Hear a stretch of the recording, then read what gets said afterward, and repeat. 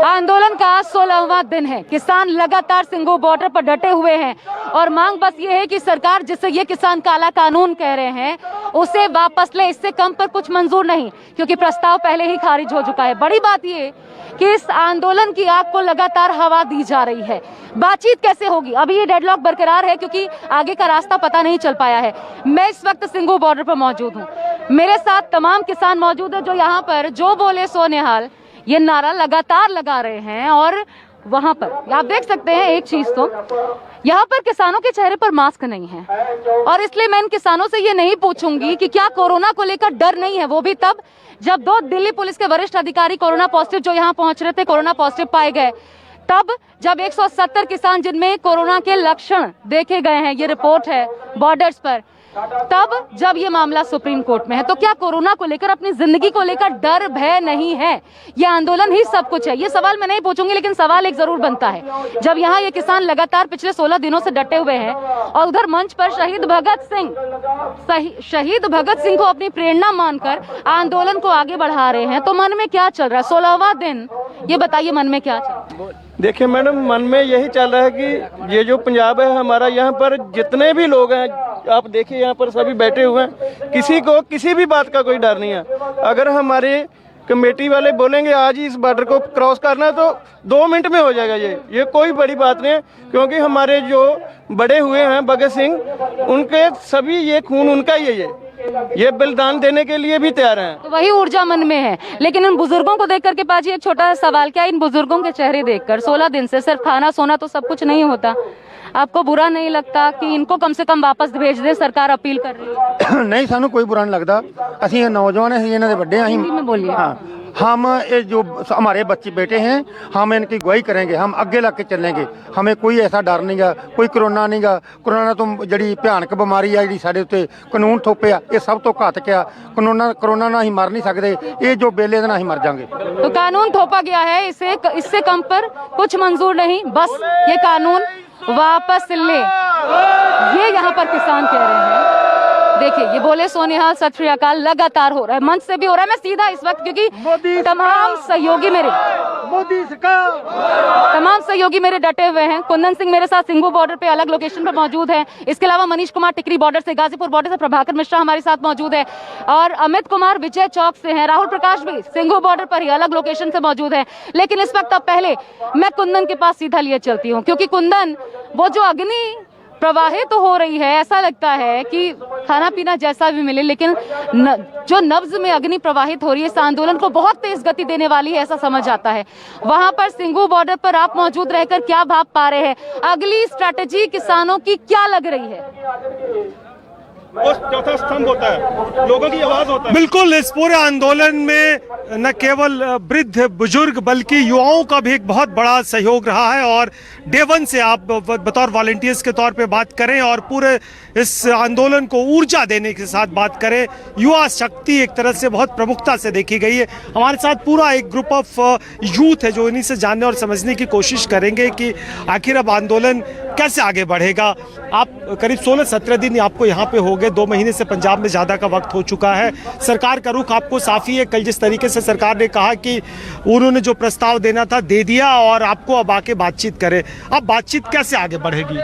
देखिए, बातचीत का दौर तो चल रहा है जो सरकार का, क्योंकि हमारी जो जथेबंदियां बैठी हैं, मेन उनके जो मेन लीडर हैं वही जो डिसाइड करेंगे पंजाब आगे, उसी तरह से लोग जो किसान हैं वो आगे बढ़ेंगे। उन्होंने कहा कि अब देश भर के मुख्यालयों पे प्रदर्शन करेंगे।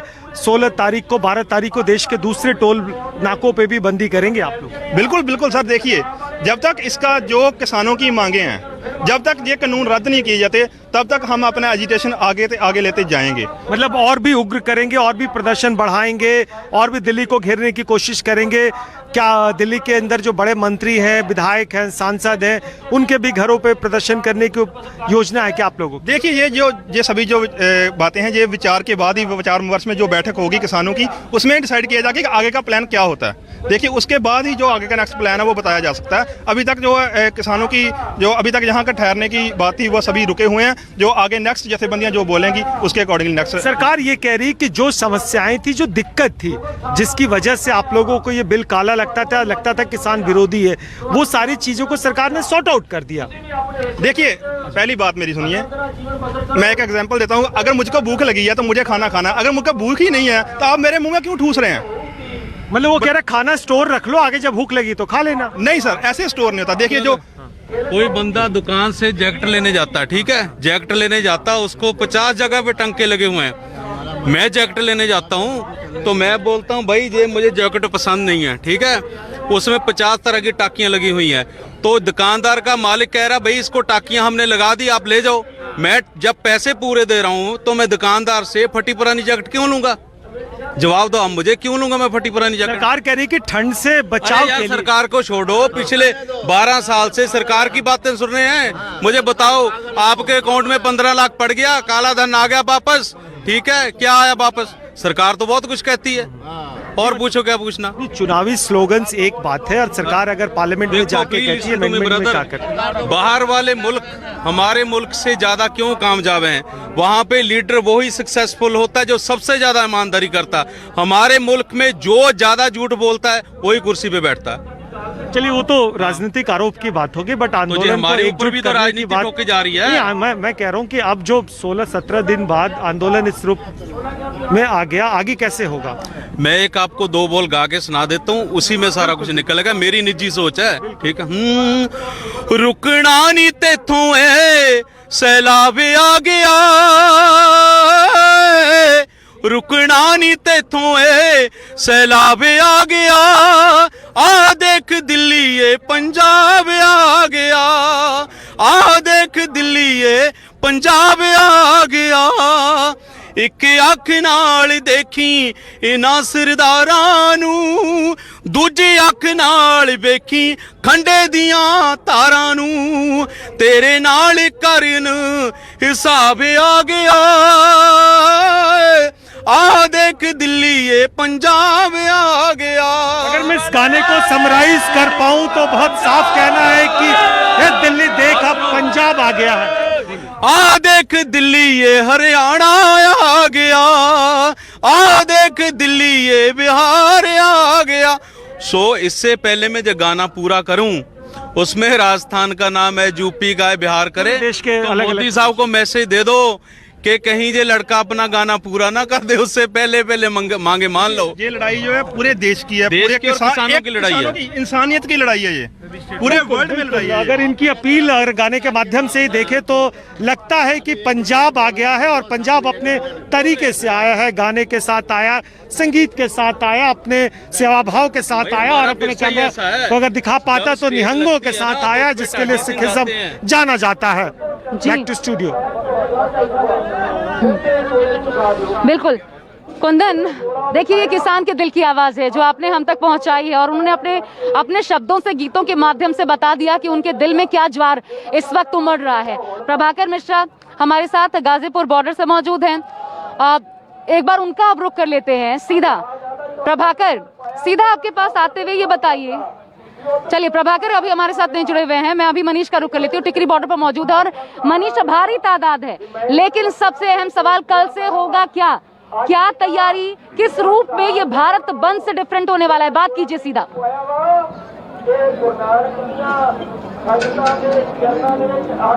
बिल्कुल, मैं आशा आपको पीछे दिखाना चाहूंगा। मेरे पीछे कई सारे किसान नेता हैं, और यहाँ पे सभी किसान नेता यहाँ पे लगातार जो है वो जमे हुए हैं। उनसे मैं खुद आपकी बातचीत कराऊंगा। यहाँ पे प्रगट सिंह जी हैं जो कि किसान नेता यहाँ पे लगातार बने हुए हैं।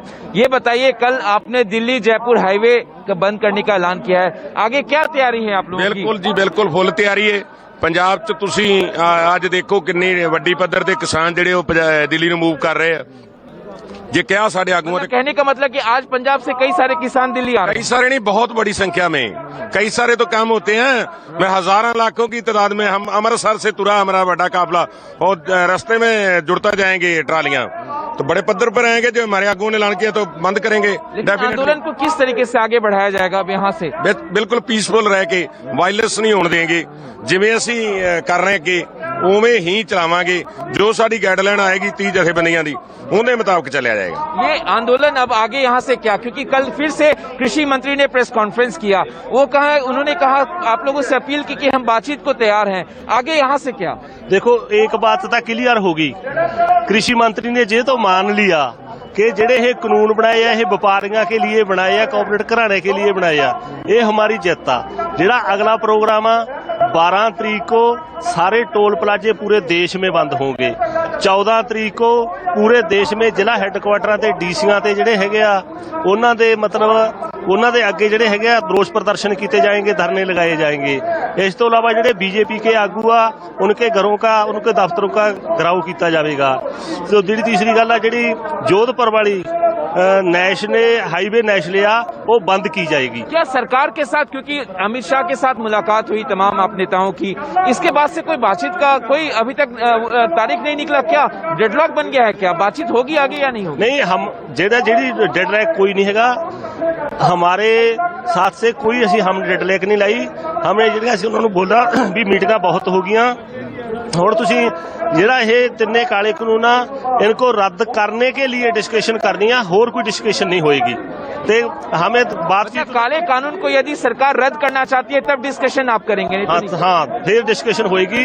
और मतलब कोई संशोधन करने ओदे च सौदा करने उससे डिस्कशन नहीं होएगी। संशोधन मंजूर नहीं है। तो यहाँ पे आप सुन सकते हैं आशा, तमाम किसान नेता जो लगातार इस मंच पे बने हुए हैं, उनका साफ तौर पे कहना है कि उनको संशोधन मंजूर नहीं है। किसान साफ इस बात कर रहे हैं कि कानून को वापस लेना होगा। और एक बार फिर से टिकरी जो बॉर्डर है उसका मंच में दिखाना चाहूंगा। देखिए तमाम किसान सुबह सुबह हल्की सी यहाँ पे सुबह धूप थी, लेकिन अब धूप भी चली गई है, लेकिन किसानों का जो है संख्या लगातार यहाँ पे बढ़ती जा रही है। और जो मुझे जानकारी दी जा रही है कि अमृतसर से और पंजाब के अन्य जिलों से किसानों का बड़ा जत्था जो है वो दिल्ली की ओर रवाना हो रहा है। कई किसान ऐसे हैं जो वापस यहाँ से जा रहे हैं, इसलिए कि नए लोग आ रहे हैं तो उनको कुछ लोगों को वापस भेजा जा रहा है, लेकिन आने वालों का तादाद लगातार यहाँ पे बढ़ता जा रहा है।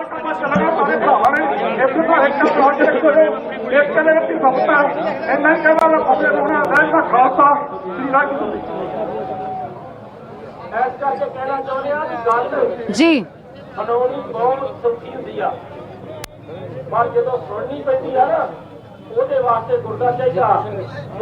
अमित का मैं रुख करूंगी। अमित कुमार मेरे साथ लगातार बने हुए, उनका रुख करेंगे। आपने सुना वहां पर मनीष हमें वहां के किसानों की आवाज क्या है सुनवा रहे थे, लेकिन अमित का रुख करने से पहले कुंदन सिंह मेरे साथ मौजूद है, जिनके पास इस वक्त महिलाएं हैं, बच्चे भी मौजूद हैं। सीधा उनसे बात कीजिए। कुंदन, वो क्या कह रहे हैं, क्योंकि अभी बातचीत का रास्ता निकला नहीं है आगे?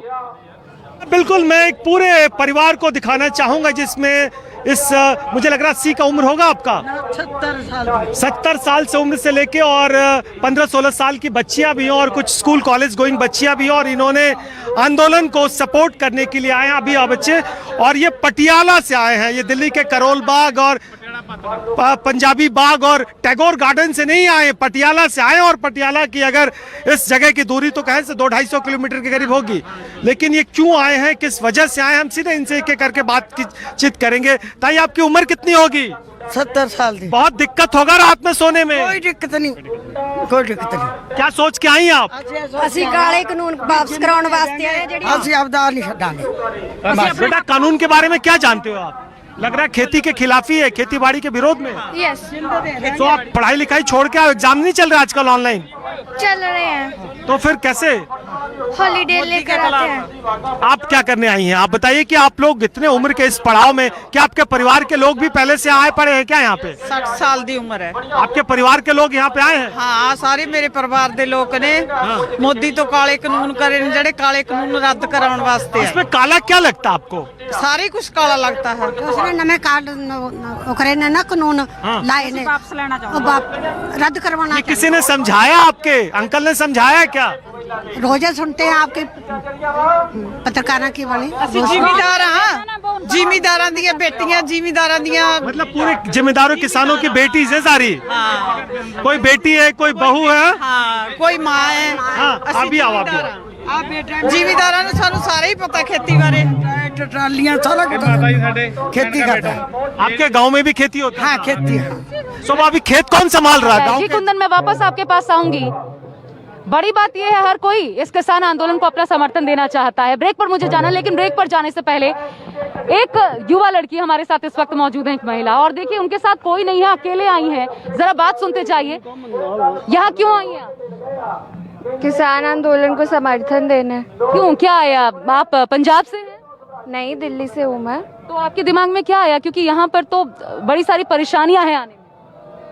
कोई परेशानी नहीं है, जिसको समर्थन दे रहे हैं वो दूर दूर से लोग आ रहे हैं। ऐसा नहीं है कि परेशानी है, परेशानी इन लोगों को है, और हमको जो टीवी पे देखते हैं हमको और परेशानी होती है देख के कि लोग इतनी दूर से आके दूसरे शहर में आके पूरा अपना बसावट कर रहे हैं एक आंदोलन के लिए, और किसी को कोई फर्क ही नहीं पड़ रहा है। तो हम लोग उसको सपोर्ट कर रहे हैं, स्टूडेंट्स जो है। देखिए एक स्टूडेंट के तौर पर यहाँ आई है और किसानों को अपना समर्थन दे रही है, और यही जज्बा, यही भावना सरकार तक पहुँचाना मकसद, क्योंकि बातचीत तो हो, रास्ता तभी निकलेगा, आगे कब, सवाल ये। इस ब्रेक के लिए रुक रहे हैं, लेकिन ब्रेक के बाद सिंघू बॉर्डर से लगातार हमारी ये खास पेशकश जारी है। देखते रहिए न्यूज़ 24।